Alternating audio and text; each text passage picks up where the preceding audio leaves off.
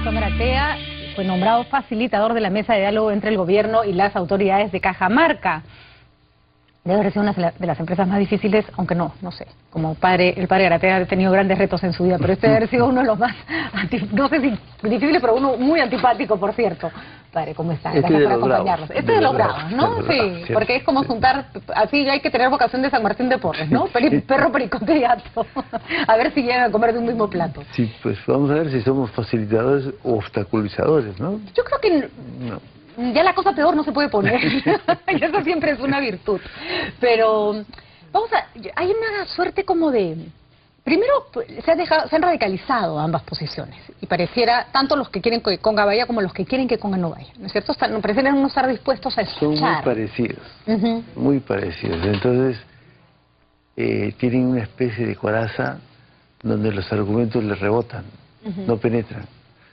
Entonces, lo que hay que hacer es abrir para que penetren, que se oigan de verdad, que se escuchen, ¿no? Y que se tengan respeto, ¿no? Porque se sienten maltratados, ¿no? En Cajamarca, bueno, es verdad, es toda nuestra sierra, pero ahora tiene derecho a quejarse del maltrato que tenía en toda la historia, ¿no? Pero son siglos de maltrato. Siglos de maltrato, ¿no? Para ellos el cambio de condición de colonia a condición de república no significó un cambio, una mejora en el trato que le dio el país, ¿no? Pero ahora están descubriendo que eso no tiene que ser siempre así. Así es. Que podría ser de otra manera.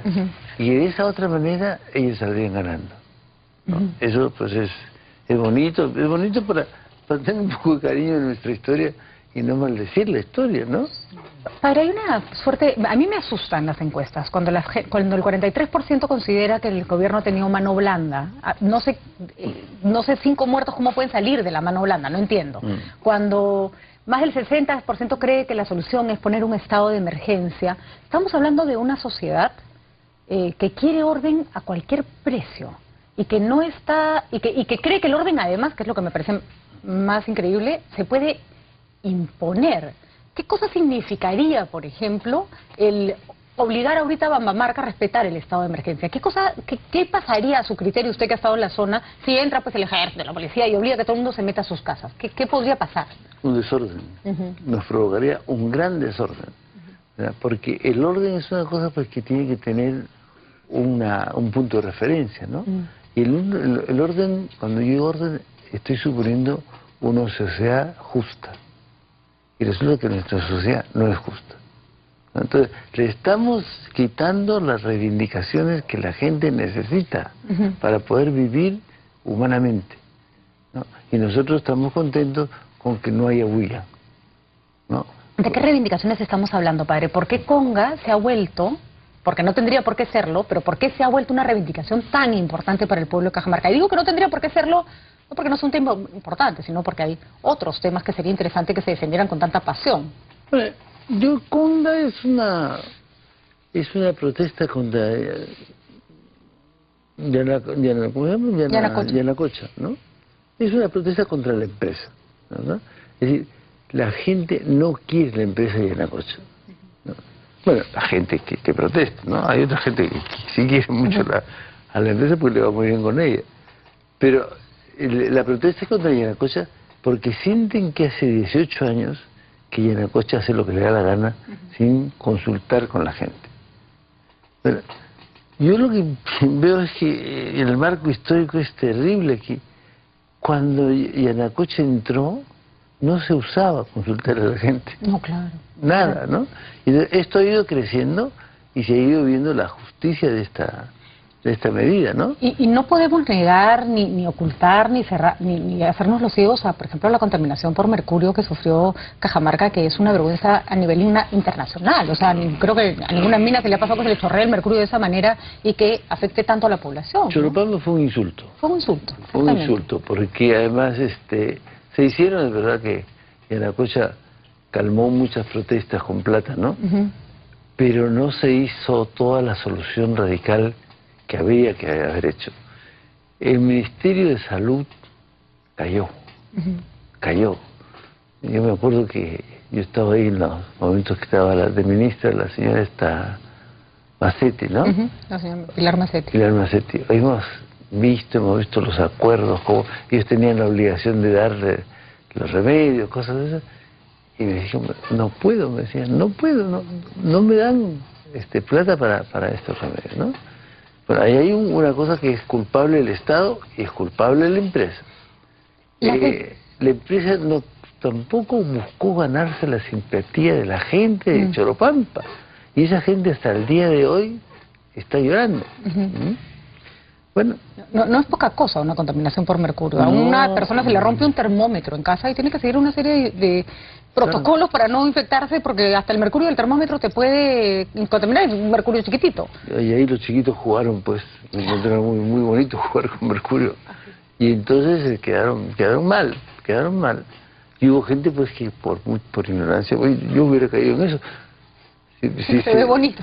Y se calienta el mercurio, yo no sabía que esos gases te matan. Terrible, ¿no? Sí. Bueno, todo eso ha pasado, esto no es cosa que podría pasar. ¿Y Yanacocha ha hecho algunas cosas? Sí, pero no ha terminado el proceso de reparación de eso. Además, una cosa, padre, es la relación empresa-población, que la empresa puede equivocarse, puede abusar, puede después corregir, pero la pregunta que creo que se han estado haciendo los cajamarquinos y que es lo que los tiene tan molestos y tan desconcertados es ¿dónde está el Estado mediador? ¿Dónde está el Estado que hace que esta empresa no abuse de nosotros? Porque finalmente es el Estado el que les da la concesión, es el Estado el que les da el permiso para trabajar. ¿Cuál sería, desde su perspectiva, porque usted ha escuchado a los cajamarquinos, ha estado en el lugar, nadie le ha contado, cuál es la demanda más fuerte que tienen contra el gobierno de Antumala? Pues es que no los ha oído, no ha querido oírlos. Le han mandado una carta pidiéndole que los reciba para plantearle por qué ganó y no los ha recibido. Esa es una falla. Después ha llamado a otros alcaldes con los cuales vinieron, pero ellos tienen la sensación de que a los líderes de la protesta no los han querido ir. Ahí está este discurso de que con los radicales no se habla, que si son autoridades, si no son autoridades elegidas no tenemos por qué conversar con ellos. Bueno, ahí hay un concepto... Son peruanos también, ¿no? Hay un concepto de jerarquía militar, pues, ¿no? Entonces, hay que escuchar a la autoridad y hay que hacer lo que la autoridad manda, porque hay que mantener el prestigio del derecho a la autoridad. Bueno, yo puedo tener razón en eso, pero no gano. Yo creo, hay que conversar. Ese punto es importante, porque que el Estado tenga la razón no le está dando, si es que la tuviera, asumamos que la tiene, no le está dando resultados tampoco. A priori, por tener la razón, no te va a ir como tú quieres que te vaya. Y aquí hay que contestar, hay que conversar con la gente, teniendo en posibilidad el que conga va y el conga no va. Yo no sé cuál va a ganar, la verdad es que no lo sé. Pero eso se tiene que resolver en una mesa de negociación. Claro, pues, por eso hay que hablar con los dos y entender a los dos. Después ya ellos solucionarán su problema, ¿no? Pero no se puede uno poner en un lado, tomar partido antes de tiempo, ¿no? El partido no ha terminado, ¿no? Entonces, no podemos decir, esta es la verdad, porque ahí todo pues es muy oscuro. Digo, hay dos problemas ahí grandes, ¿no? Un problema, y eso lo hemos dicho a la gente y se lo hemos dicho al presidente también, hay un problema técnico todavía. ¿No? La gente no es tonta, ha estudiado, pues ya, y además años que está planteando el tema. Entonces, hay un problema técnico y hay otro problema político. Muy fuerte. ¿No? Y el problema político no es de un partido político, es de muchos partidos políticos, ¿verdad? Está Patria Roja, está ¿cómo se llama? El PUM. Los frentes de defensa. Los frentes de defensa, está el MRTA. Es decir, un sancochado de los más variados que hay, ¿no?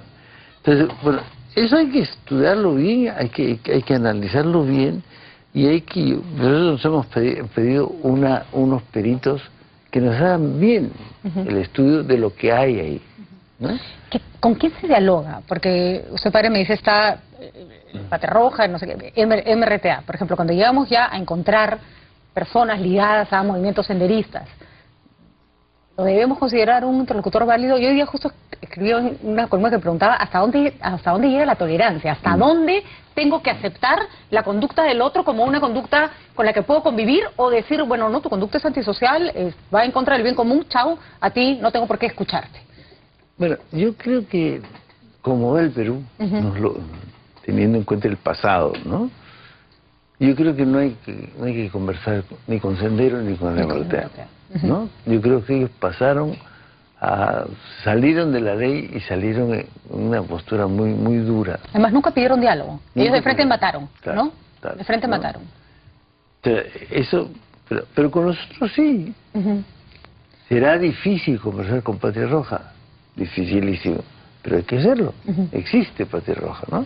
Entonces, no solo existen los que a mí me gustan o aquellos con los cuales puedo hablar, ¿no? Existen todos. Y a mí pues me viene esta pregunta, ¿no? ¿Y el APRA qué? El APRA, que es el partido más armado del Perú y todo eso, y que Cajamarca tiene muchos alcaldes, ¿no? ¿Qué dice el APRA? ¿Tendremos que hablar con el APRA? Yo creo que sí. Y además aprovechar su empuje político para que también empuje un diálogo, ¿no? Claro. O sea, si hay algo que el APRA sabe hacer, es política, Claro. ¿no? A veces demasiada, pero sabe hacer. Bueno, es que aquí nos está pasando, tanto en un bando como en el otro, el no saber hacer política. Exactamente. ¿Verdad? Y la política hay que pensarla, hay que fabricarla, hay que inventar procesos. Lo que ha pasado en Conga nunca se había visto. O sea, este es un problema inédito. Sí, pero ha habido otro, yo he estado en otros, ¿no? En muchos estados, ¿no? Pero nunca una población tan férrea en sus principios, tan organizada de esta manera extraña, porque es organizada atómicamente, que es más difícil, ¿no? Porque ahí pues, nos hemos olvidado de un dato, que Patria Roja es partido, y un partido organizado. Así es. ¿No? Con presencia además en sindicatos fuertes, Claro, ¿no? Claro, que te puede parar educación en una tarde, sí, ¿no? Claro. Y que tiene un poder grande en el país, ¿no? Vamos a ir a una pausa y vamos a seguir conversando. Está interesantísima la conversación porque nos las pasamos pues más de una década escuchando que los partidos políticos no servían para nada y hoy día estamos pagando, pero más caro la destrucción del sistema de partidos políticos de nuestro país. Vamos a ver, vamos a una pausa y regresamos.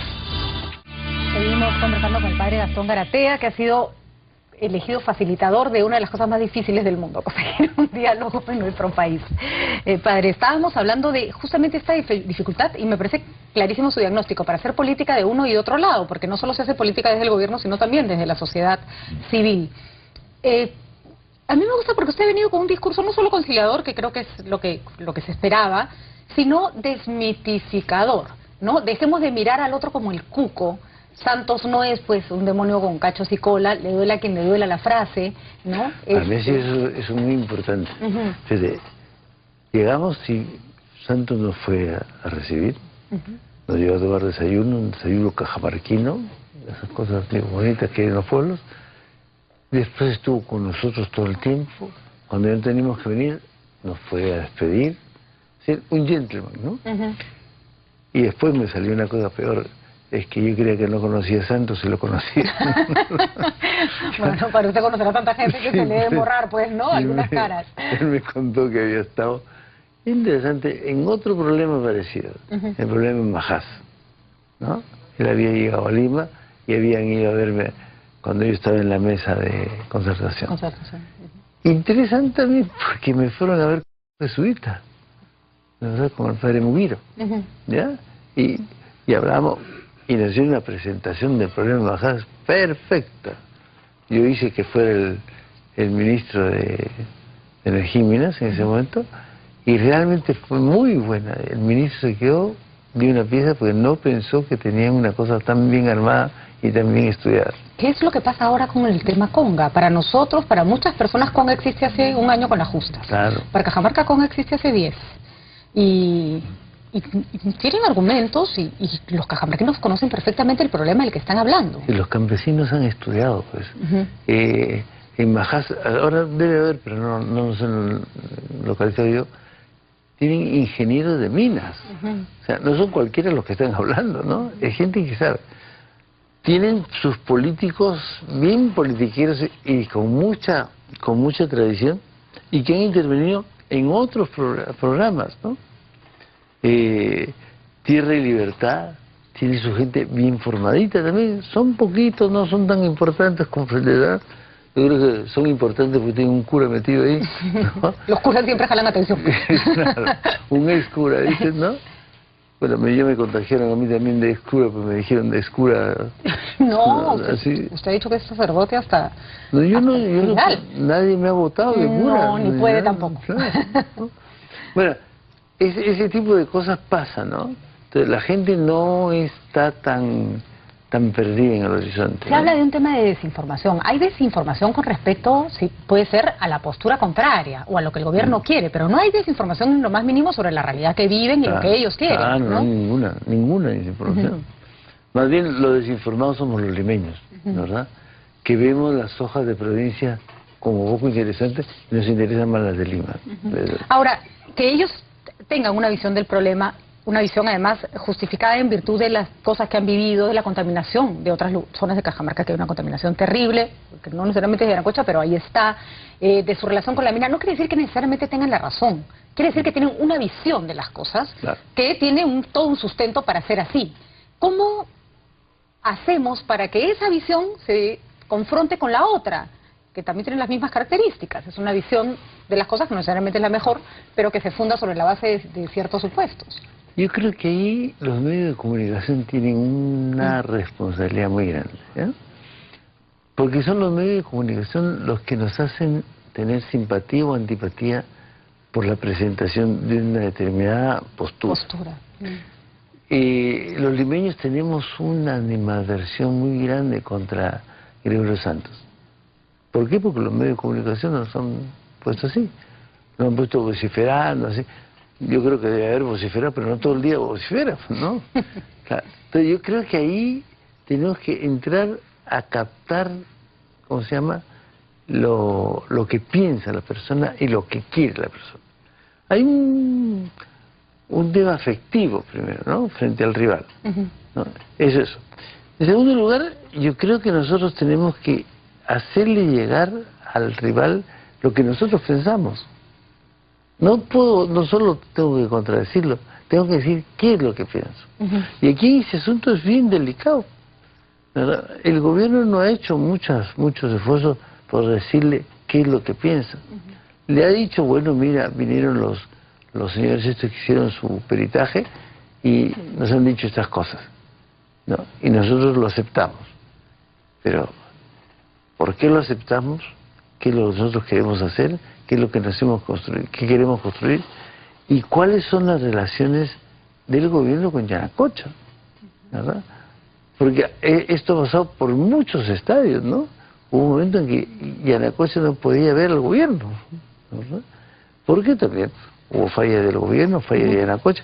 Pero en fin, esta es una pelea larga. Así es. Y además creo que esta vez, y eso ayer conversaba con este dirigente Eddie Benavides, que me decía, si es que el gobierno ha escuchado a los representantes de Limón y Yanacocha, ¿por qué no nos escucha a nosotros? Y nosotros hemos visto al señor Santa Cruz, representante de Yanacocha, dar mensajes desde Palacio de Gobierno, o sea, desde Palacio de Gobierno, ¿no? No hemos visto a Santos en las mismas condiciones, ¿no? Hay una suerte como de que no se ha tratado igual a ambas partes, independientemente de quién tenga razón, no se ha tratado igual a ambas partes, es verdad, ¿no? Ahora, yo creo pues que nos queda un camino largo, ¿no? Sí, bien cuesta arriba, además, ¿no? Sí. Yo creo que esto no debe resolverse demasiado rápido, ¿no? Uno debe decir, bueno, llamen, que se junten. No. Veamos que expliquen bien sus puntos de vista, veamos con tranquilidad.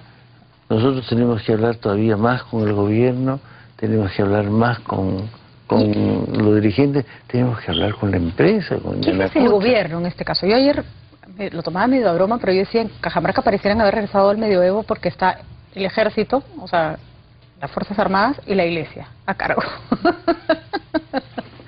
No, son los dos únicos poderes que tienen un tipo de o sea, que están tratando de resolver el problema y no son, pues, justamente los estados democráticos prescinden de lo que era el poder de la Iglesia y el poder de las armas, ¿no? Pero no es ¿quién es, no? ¿Quién es el gobierno en este caso? ¿Quién es el Estado al que te tienes que enfrentar? Yo creo que es el presidente de la República que encarna digamos, al Poder Ejecutivo, y quien él designa para estas tareas, ¿no? No va fácilmente los ministerios, ¿no? A mí me hubiera gustado hablar con el Ministerio de Educación, que significa la educación de los niños, ¿no? ¿Verdad? El Ministerio de Energía y Minas, bueno, el Ministerio de Ambiente parece que es el que estaría más adecuado para esta discusión. En parte por el tema y en parte por lo que significa este ministro, ¿verdad?, dialogante, ¿no? Que lo ha hecho muy bien en Espinar, ¿no? Entonces, esa es la gente que puede entrar. Está el ministro de Justicia, que también va a poner sus paños fríos y a decirnos, mira, tal cosa se puede, tal cosa no se puede, y eso es bien importante, ¿no? Pues este asunto del estado de emergencia, ¿no? ¿Cómo hacer una manifestación en pleno estado de emergencia? Jurídicamente es una burrada. Así es. No se debe hacer nada de esas cosas. Así es. Pero a la gente no le interesa. No le importa. Y lo que pasa es que la imagen del Estado se debilita muchísimo si es que la gente se zurra en el estado de emergencia. Claro, entonces o lo levantas o ves la manera de que la gente no se reúne en la plaza.